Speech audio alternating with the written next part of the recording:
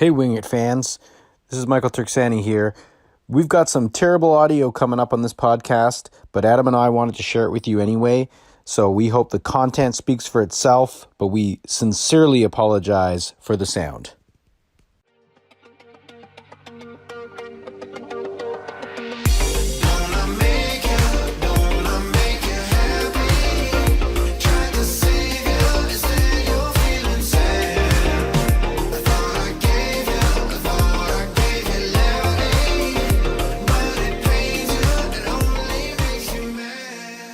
Wing It Podcast, GooseDigital.com.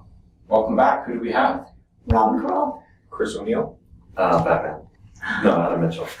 Batman. Michael Turksani. All right, I guess I'm Superman then.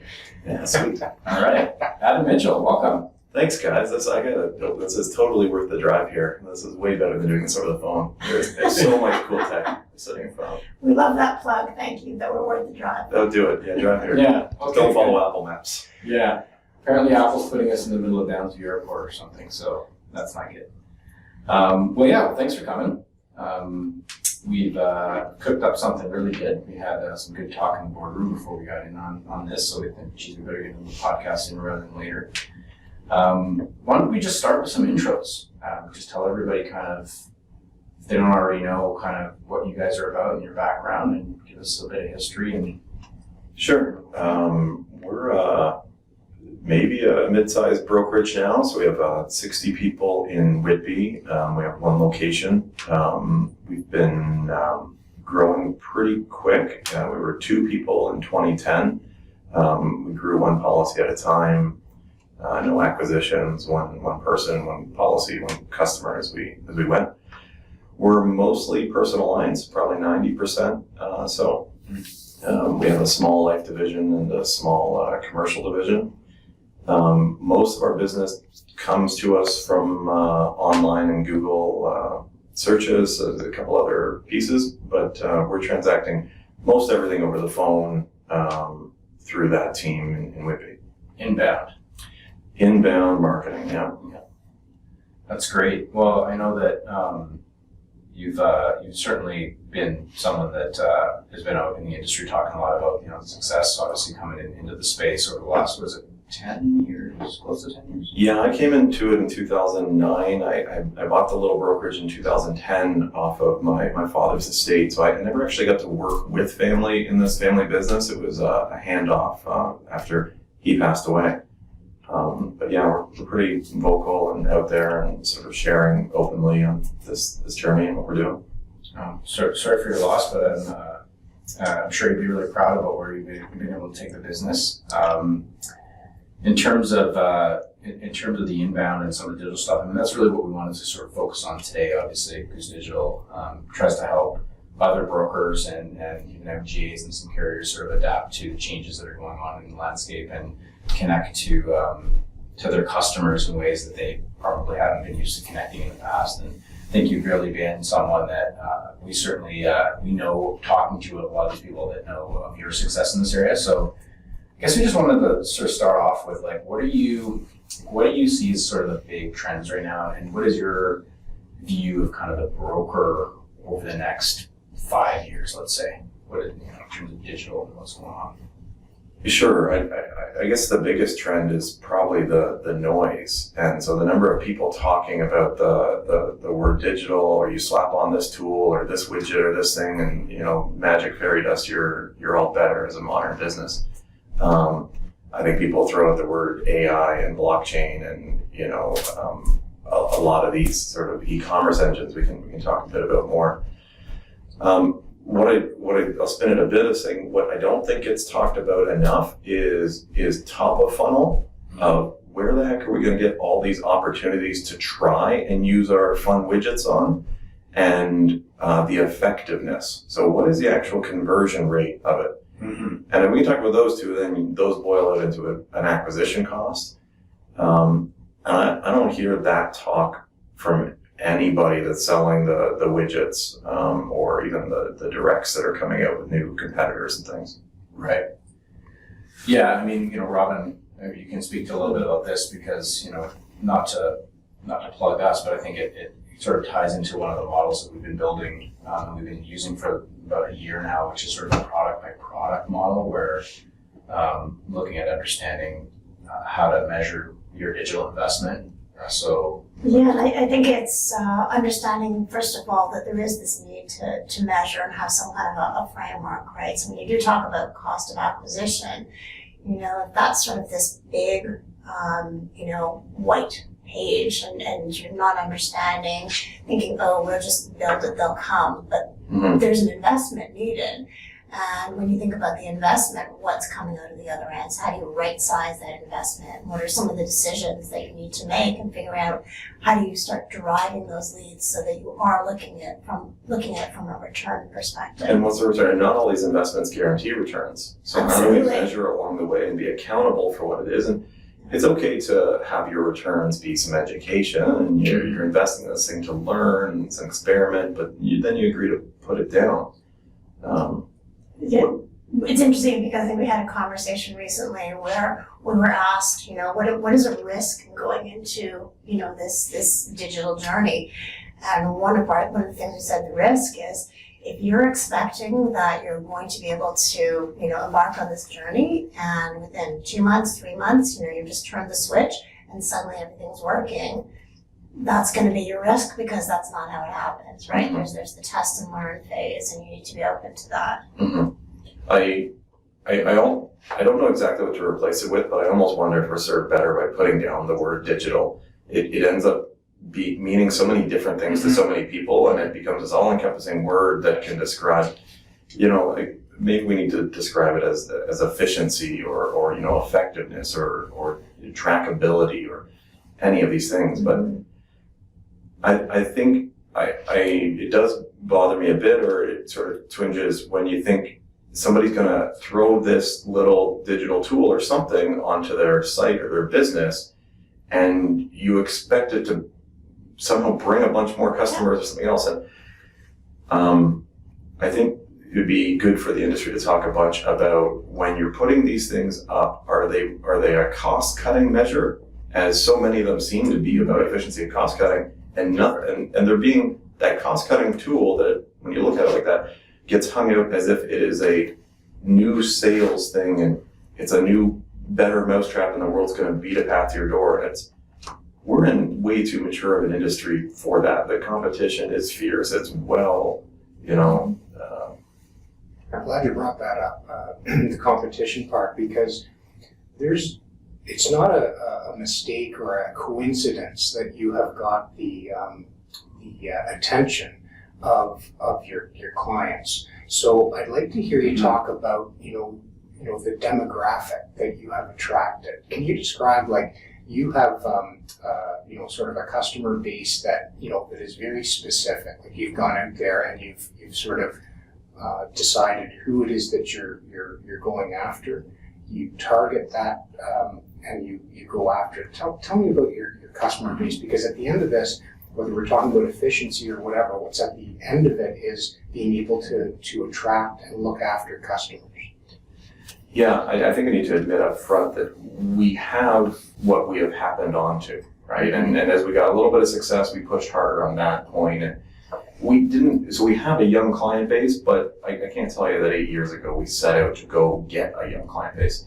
I think the thing to call a spade is you'll catch whatever fish are in the pond you're fishing. So if you decide to go network at a church or a BNI group or whatnot, you're going to get a distilled version of the age and makeup of those groups. Our particular strength at the moment is collecting clients off of Google.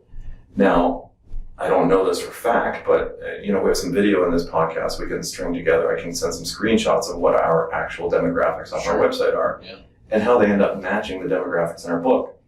Because our number one sales tool for leads is our website and getting things into there. So inevitably you convert from the website and it turns to be the same demographic. So when we think back at that or debate a bit of it, does it make sense that, so one stat, our most common client when we looked a year or two ago was a 27-year-old male. Okay, so that's very different than the average 50, 60, 70-year-old brokerage that's got a well-seasoned book. it's made up of 50-year-olds, 60-year-olds, and they have many assets. They're very stable. They're not needy. They pay their bills.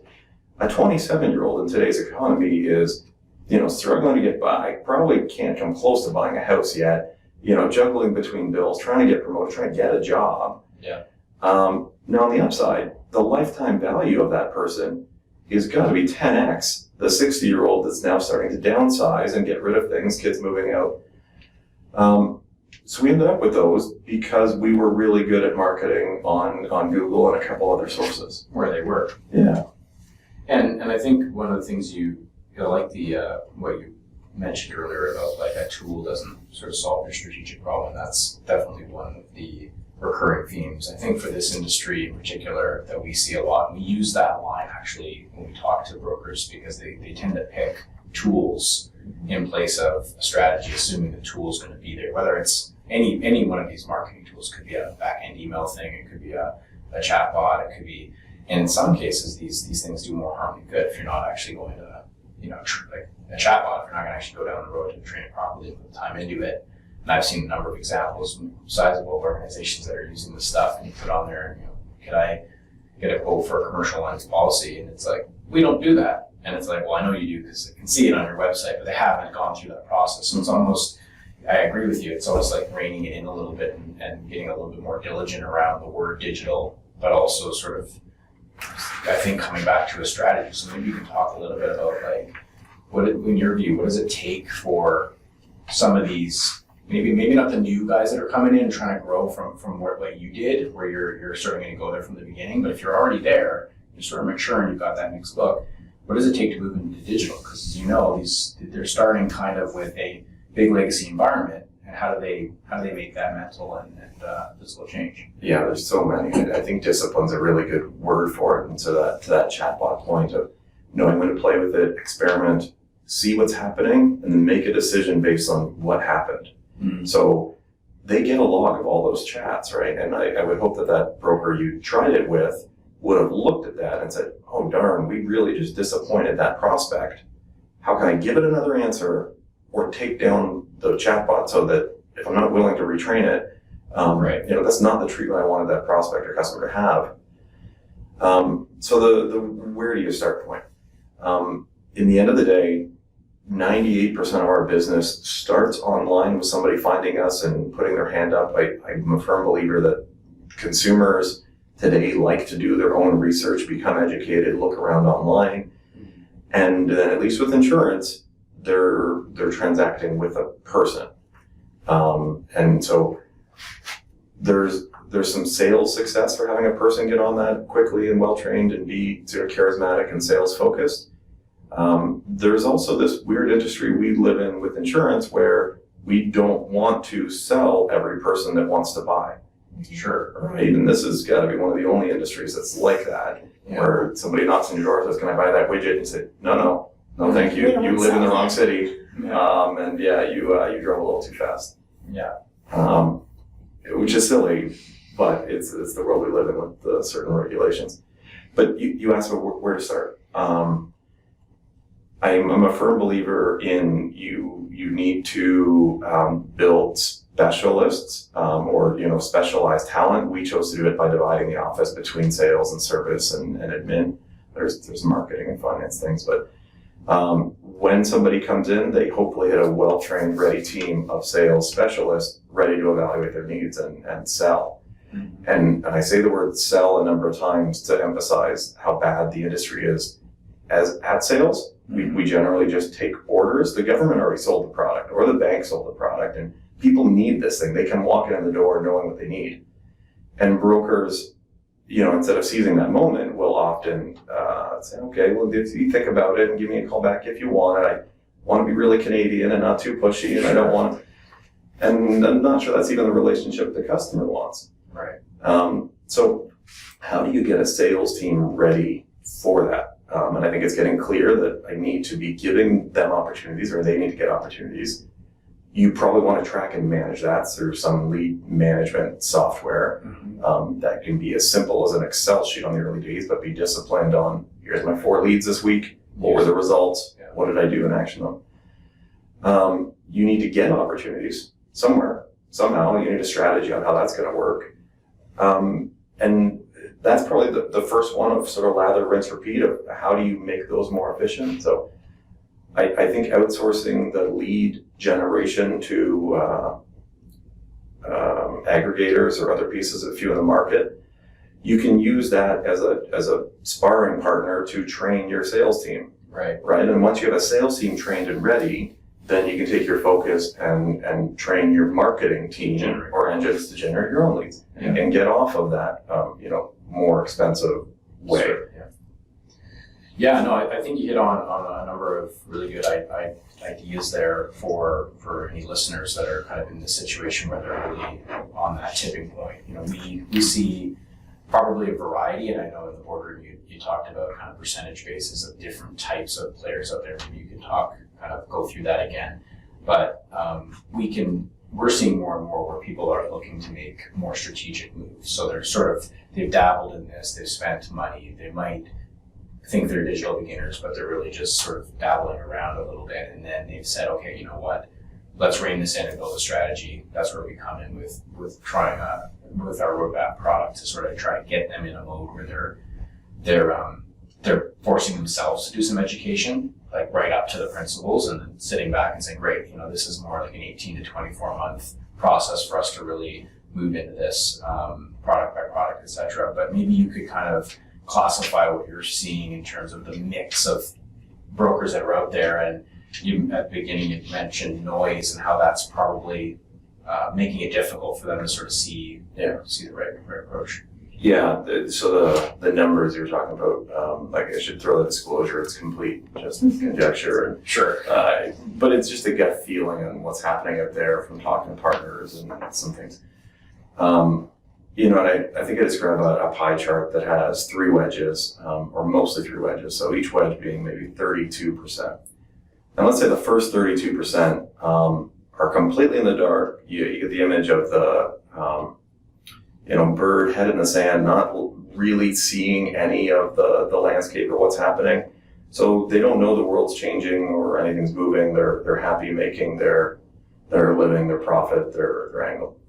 And let's take the second category, 32%, of saying that, okay, they're feeling like they're going to change and they're ready to adopt, quote unquote, digital and modernize their business, but they don't have an ability or context to tell the difference between the snake oil and the real goods, and which are these are good vendors and helping me, and which are just reselling stuff that isn't going to work and not telling me the whole story to guide me through this.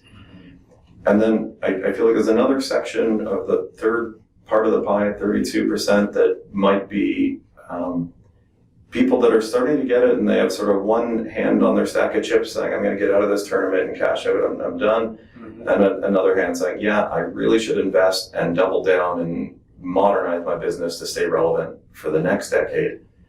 And you've seen a ton of M&A out there for people deciding on the out. You're seeing a lot of investment of people starting to catch up and do some cool modern things. And that probably leaves, 4% of the entire industry, both on broker and vendor side, that probably actually can see the matrix, and you feel like they know what's going on, what's happening, and Wow. getting honest, transparent talk. Wow. Yeah, Chris, if you said, how many times have you heard from people that you're calling down that they're too busy, or There's lots of they're worried doing this, or we don't, Yeah, there's lots of too busy, and we certainly understand everybody's busy. Sure. And that's the case. The urgency that, of course, we feel in order to attract and grow, the urgency of investing in some of these either text with that sort of overlay of strategy, so important right now as the industry is changing and the demographic is changing so rapidly. We feel a lot of urgency in this marketplace to kind of make that change. Yeah. So I think the 32% that Adam was just mentioning, that is sort of like, we we're there.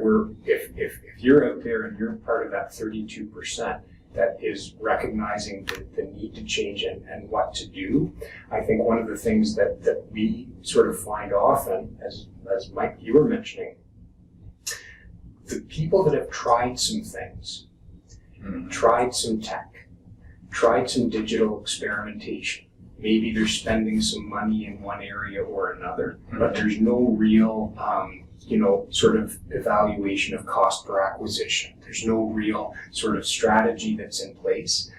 Those are the ones that I think are most likely to be successful with a strategic approach to it. And that's where, Adam was saying before, well, you know what, we kind of happened onto this thing, but the difference was he happened onto something and then he doubled down. Then he sort of went into that area and said, where can I take that particular sort of demographic that seems to be interested in what we have, and how do I get more of that? Yeah, whereas I think, whereas another thing that I brought up was that very few of the digital beginners are people that are spending some money and have a little bit of tech in place. And these aren't small brokers, by the way. These are people that are equally your size and bigger, right? That are sitting there and they're trying some stuff. And to your point, they're the ones that you can see saying, okay, you know what, this isn't working, but obviously it's working for other people. So they've kind of said, how do we make this more strategic? Do you think one of the things you brought up, Adam, and we can get back to the sort of too busy thing because I know you have a good reference there, but you brought up sales, service, and admin, and sort of the changes inside the company.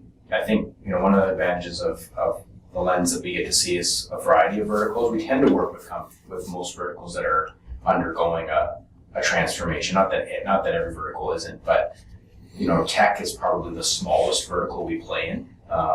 We play in manufacturing, we're playing in finance and credit unions, we're playing in insurance, and a lot of places where those industries are kind of having to make a lot of changes to react to the products and services that are changing in their markets. But the ones that are having a lot of success, they're not just doing the front end, which is huge, what you said around having the ability to measure and all that. The big piece of what you said was, well, actually you need to be really aware of that handoff point of sales and what are you doing inside your business. Because I think in this market, people view digital as quote and bind online. Basically, we don't want to talk to anybody and put up a self-service portal. But that's like the big theme that we see out there. It's not, well, hold on a second, like get a lead and change the inside of your organization as well, because then you're going to be able to sales and serve that person, differently, more efficiently. So can you talk a bit about how you've had to change the inside of the company to also adapt? Yeah, I think I should admit that we were 2 people in 2010. So it was as much of a change as it was a build, right? And you're just looking forward at a blank slate. Now, the big companies that you can't downplay how difficult change management is and the cost of bringing people along. But they shouldn't whinge too long because they also have the cash and the momentum and, a name that the phone will get picked up. So the brand new startups don't have it easy either. They don't have change management, but they also don't have the cash flow or momentum to try and change from. So I don't know which path is easier or better. I think they're both difficult with different journeys. We've had to change a bunch, and I think it's being disciplined to the data and putting things down. So we've had quote and bind online, a couple different experiments, one with economical, feels like 5-8 years ago, for auto back then, and put it down. We had quote and bind for commercial with UBiz and the launch with that with Gore and put it down. We had a chatbot on our site, we put it down. We had online quoting on our site, we put it down. And all of these things would be the, ultimate place to get to for so many people that are starting to talk about it now. And it's like, yeah, well, here's our bag of used stuff, you can have it. Sure. And the reason for each of those was a person outsold all of these things or outserviced or outexperienced. And so it was just calling a spade that it wasn't here yet. And I think our industry gets drunk on the idea of what insurance geeks want, myself included, and what we think is cool, not stopping to ask what the customer wants. There's a pretty big company out there, I won't name names, but it rhymes with bonnet. And, they tried to be really efficient and direct through to consumer, click to buy, and everything was going to be slick. Well, they have a pretty big call center attached to it now, Yes. right? And isn't that amazing that the newest cutting edge tech is a phone call getting picked up on the first ring by a human? Yep. Like, how's that for InsurTech digital? Like, I guess we can still say it's voice over IP, or maybe we attach a recording. It's the intersection, right? It's the intersection of the best of the digital, and then there's that value add. That's Well, it's the got to come rewind. in, It's the right? rewind. I mean, I think the pendulum, like to your point, it's almost like it's trying to swing so far to the other side so fast, where the combination of technology's not there, market's not there. We did some industry research. We're lucky enough to be part of this with another client recently, and in their target market was done by a group out of Toronto. It was for small businesses ordering these products for promotional items, and 40% of them still preferred to buy over the phone. Right. So, and this was this is a market where it's basically e-commerce. It's a business piece. There's a couple of nuances, but for the most part, it's e-commerce, and it's fascinating to me that this industry went from, we've got a brochureware site. Like most of these people that we're engaging now and winning, their sites haven't been touched for 11 years. Right. And then they're like, they in their mind, they're like, yeah, we need to be going chatbot, and we need to be going all this buy online or all the way to the other side, and we don't want to talk to anybody. It's like, Right. No. Like basic blocking and tackling. Let's just get to some level of simple digital tactics, Right.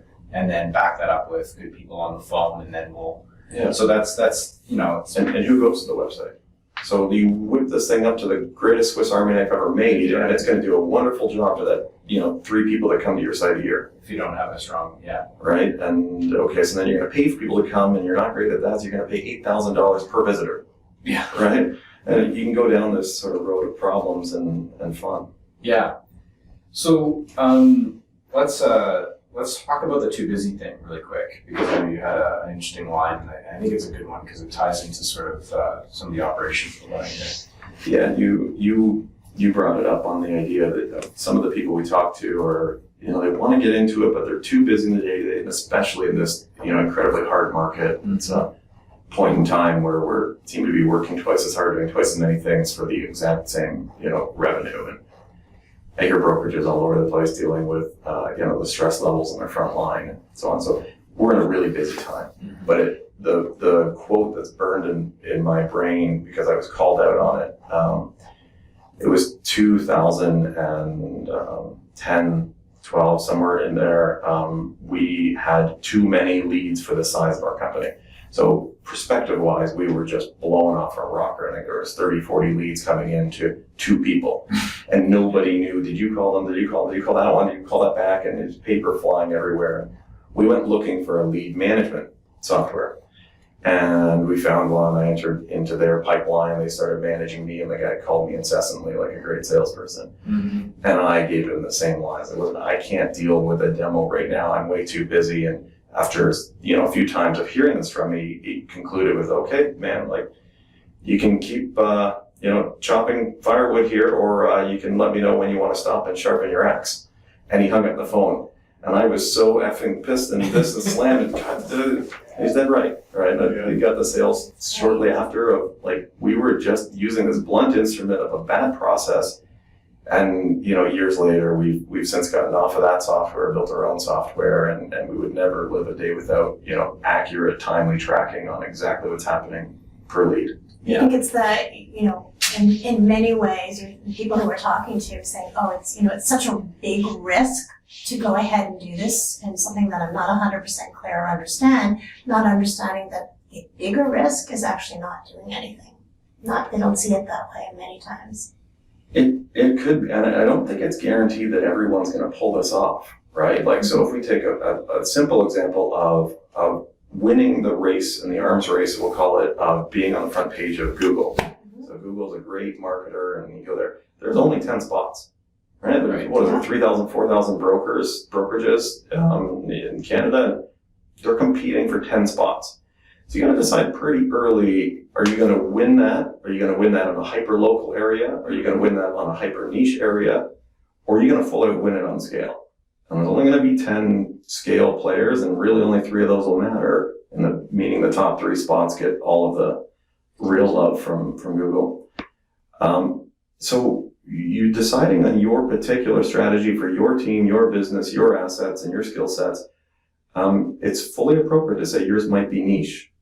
And I think there is this world of you're going to go for scale, or you're going to go for niche, or maybe some variation combo of that. Yeah. But don't follow the exact same playbook 10 years later that someone else is winning on and try and chase them down. Yeah. That's just Not without a war chest. Yeah, not without a war chest.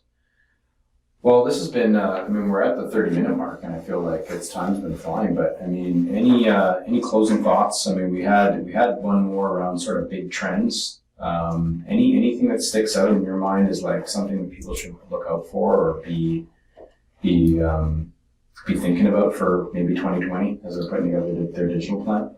Yeah, that's not to be the most popular thing to say, but I think we're gonna have to redefine what data means and who owns data. Mm-hmm. I think there's a lot of insurance companies making a play to own the customer data and metrics and pieces to go through, and they want direct lines of communication through to your client. Mm. And those lines between partner and competitor are blurring awfully quickly. And making sure you don't put your brokerage onto a slippery slope to try and compete with a publicly traded entity that's going to have rather limitless money. As to our who's winning in this marketing brand play, between are they being a partner or are they being a competitor? Broker contracts are dead silent on this, right? They were all written in a time where data, big data, whatever you want to call it, wasn't contemplated. Who owns this? Who can resell it? We all use a quoting engine in the industry that, makes a good sum of money selling the data of what we're producing into there. Right.